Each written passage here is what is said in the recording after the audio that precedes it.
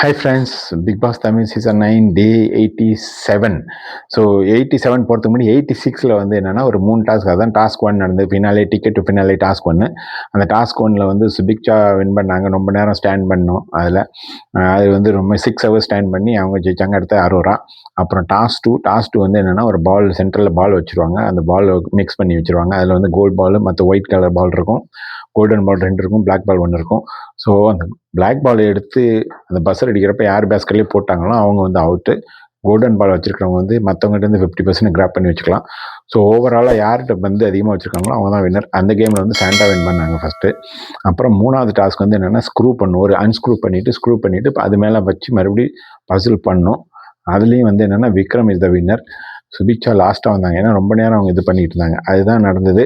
இதுக்கு இடையில் நேற்று எபிசோடில் 86 எபிசோடில் வந்து என்ன நடந்ததுன்னா, இந்த காமு பாரு சண்டை பயங்கர ரொம்ப ரொம்ப ரொம்ப எக்ஸ்ட்ரீமாக போய் வீட்டில் உள்ளவங்கலாம் சேர்ந்து முடிவு பண்ணி அதை வந்து ஒரு க்ளோஸருக்கு கொண்டு வந்தாங்க. அது நடந்தது.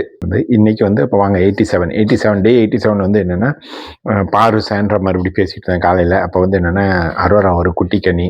இப்போ வந்து அந்த அன்பு கேங்கில் கொஞ்சம் ஈஸியாக பேச முடியுது. இவங்களால இந்த மாதிரி ரொம்ப கேவலமான பண்ணுறாங்க அரோரா அப்படின்னு பேசிட்டு இருந்தாங்க.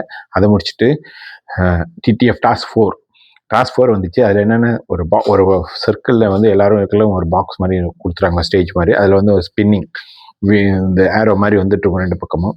அதை வந்து ஜம்ப் பண்ணணும். அவங்க போகிறப்ப ஜம்ப் பண்ணிவிட்டு அதை தொடக்கூடாது. அப்படியே பாக்ஸோட கீழே இருந்துட்டாங்கன்னா அவங்க அவுட்டு. ஸோ அந்த மாதிரி இன்னதில் கடைசியாக ஜெயிச்சது சபரி ஜெயிச்சார். அப்புறம் டாஸ்க் 5 நடந்தது. டாஸ்க் 5 வந்து என்னென்னா ட்ராப் த டோர் அப்படின்னு ஒரு டாஸ்க். அந்த ட்ராப் த டோர்னால் ஹோல்ட் பண்ணணும். கையை மேலே தூக்கி வச்சுட்டு அதுக்கு மேலே அந்த 2 டோர் மாதிரி இருக்கும். அதில் அதுக்கு மேலே பவுட்ரு இருக்கும். அந்த பவுட்ரு கொட்டிடுச்சுன்னா அங்கே தாங்க முடியாமல் அந்த பேலன்ஸ் பண்ண முடியாமல் கையை வச்சுட்டு இருந்து எடுத்துட்டாங்கன்னா கொட்டிடும். ஸோ அந்த டாஸ்கில் வந்து பாரு தான் வின் பண்ணாங்க. ஸோ இந்த டாஸ்க்லாம் கொஞ்சம் நல்லாவே இருந்தது. இப்போ லீடர் வந்து என்னென்னா லீடிங்கில் வந்து சபரி இருக்கார். ஸோ இதுக்கிடையில் வந்து திவ்யாவுக்கு விக்ரம் கொஞ்சம் பிரச்சனை இருந்துச்சு. இந்த விக்ரம் தேவையில்லாமல் எல்லாம் எடுத்தாலும் ஒரு பிரச்சனையாக பார்க்குறாருன்னு நினைக்கிறேன். அவங்க கேஷுவலாக எதாவது சொன்னாலும் அது திவ்யா அப்படிங்கிற பட்சத்தில் வந்து அவருக்கு வந்து அது வந்து ஒரு பெரிய இதாகிடுது அவருக்கு. அதனால் அந்த வாக்குவாதம் போயிட்டே இருக்குது. அவங்க கேஷுவலாக தான் இருக்காங்க. அப்புறம் இதுக்கிடையில் காமு அண்ட் பாரு சும்மா அப்படியே மோதிக்கிட்டாங்க. சும்மா அந்த பவுடர் அடிச்சுக்கிட்டு இதை அடித்து விளாண்டாங்க. ஸோ இதுதான் டே 87 நடந்தது. ஸோ 5 டாஸ்க் முடிஞ்சிருக்கு. TTF ticket to finale task. Leading வந்து சபரி இருக்கார். ஸோ வரப்போகிற டாஸ்க்கு நல்லாயிருக்கும் அப்படின்னு நம்புகிறோம். ஸோ பார்ப்போம் ஃப்ரெண்ட்ஸ் நாளைக்கு.